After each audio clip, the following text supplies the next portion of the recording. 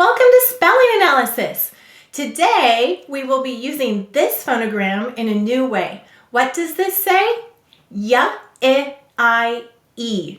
Now, we just learned a new rule. Y says E only at the end of a multi-syllable word. So be listening for this to say E. Where? Only at the end of a multi-syllable word. All right, our very first word is city. Do you live in a city? City. Go ahead and say city. Very good. How many syllables in city? Two. We will say to spell sit, E. What will we say to spell? Sit, E. Oh, is this a multi-syllable word? It is. Multi-syllable means more than one syllable. Sit, E, it has two syllables. So what are you guessing about this E sound? Let's see if you're right. All right, the first syllable is sit. S. Use a k, s. It. The second syllable is E. E. Use a y, I, E. Were you right? All right, go ahead and sound out sit, E as you write it.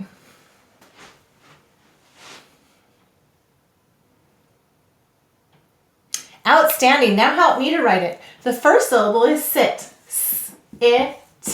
The second syllable is E. E. All right. What do you notice about this k, s? You're right. It's saying the s sound, the second sound. And why is it saying s? C always softens to s before an E, I, or Y. And what do you notice about the end of this word? You're right. The Y is saying E. What sound of y, I, E is this? It is its fourth sound. And we will put a 4 over it just to remind us it's saying its E sound or its fourth sound. And why did it say E? Y says E only at the end of a multi-syllable word. And here it's a multi-syllable word, meaning it has more than one syllable. Let's read it. It, E, city. Excellent. The next word is invented. Do you know who invented the computer? Invented. Go ahead and say invented. How many syllables in invented? 3. Wow. All right, we will say to spell in-ven-ted. What will we say to spell? In-ven-ted. All right, say that with me. In-ven-ted. The first syllable is in. I-n. The second syllable is ven. V-e-n. The third syllable is ted. T-ed. This is an ed-t. Go ahead and write invented.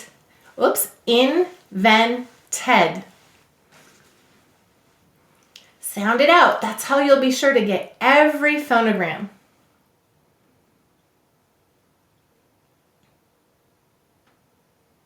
Oh, good job. Now help me to write it. The first syllable is in.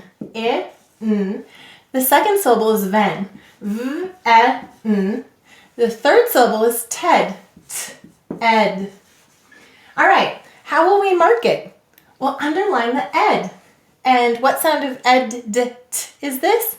It's the first one, ed. Let's read it. I-n-v-e-n-t-ed. Invented. You know what's interesting about this word?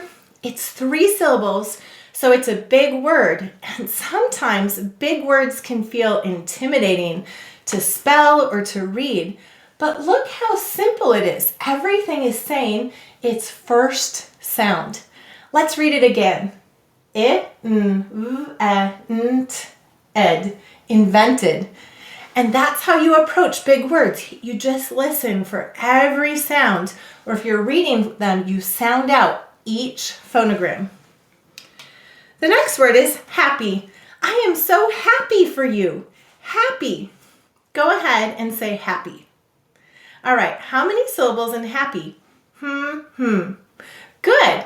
We will say to spell, oh, you're right, I skipped it. 2. We will say to spell hap-py. What will we say to spell? Hap-py. Very good. The first syllable is hap. App. The second syllable is P, P, E. Use a y, I, E. Oh, you already were guessing that. I knew you were thinking about it. Go ahead and write happy.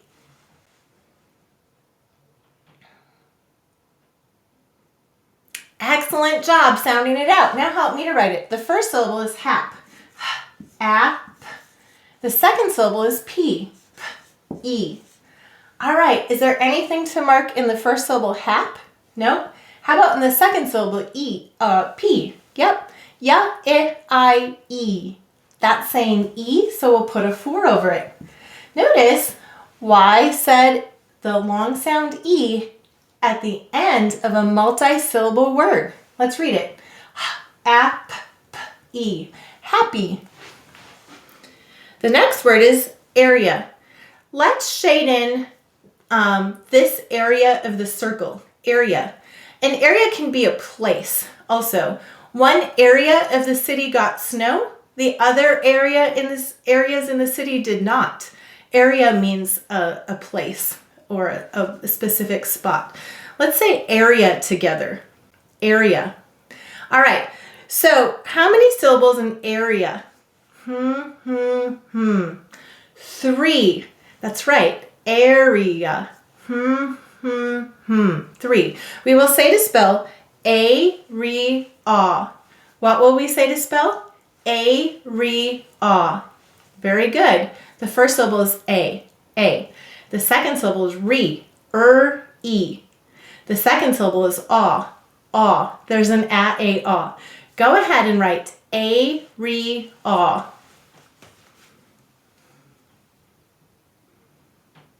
I love how you're sounding it out. Now help me to write it. The first syllable is A. The second syllable is re. E. The third syllable is aw. Did you use an a-aw?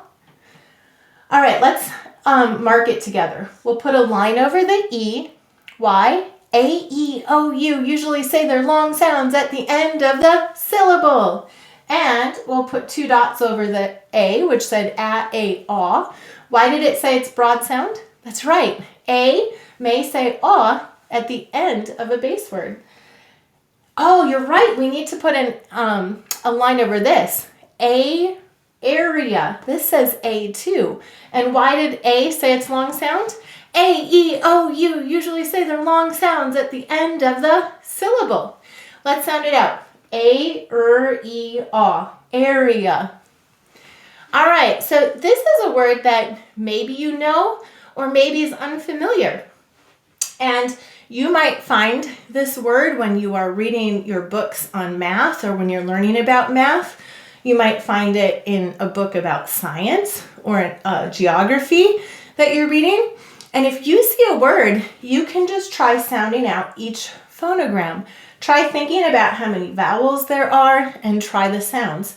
Let's try it. A-R-E-aw, area. And you'll get pretty close if you try it that way, even if it's a brand new word. The next word is instead.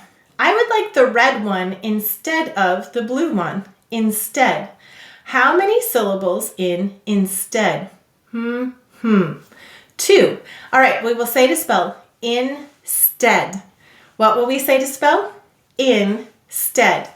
Let's do that together. The first syllable is in.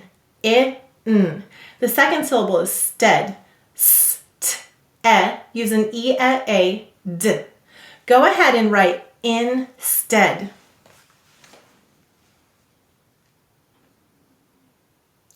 I like how you're sounding it out. Now help me to write it. Stead. Ed. And how will we mark it? We'll underline the e. What sound of E-A do we hear? The second. Let's read it. Instead. Instead. You are doing such a great job. And look at how big the words you are getting to know how to spell. Great, great work. Combining the science of reading with the joy of learning. Learn more at foundations.logicofenglish.com.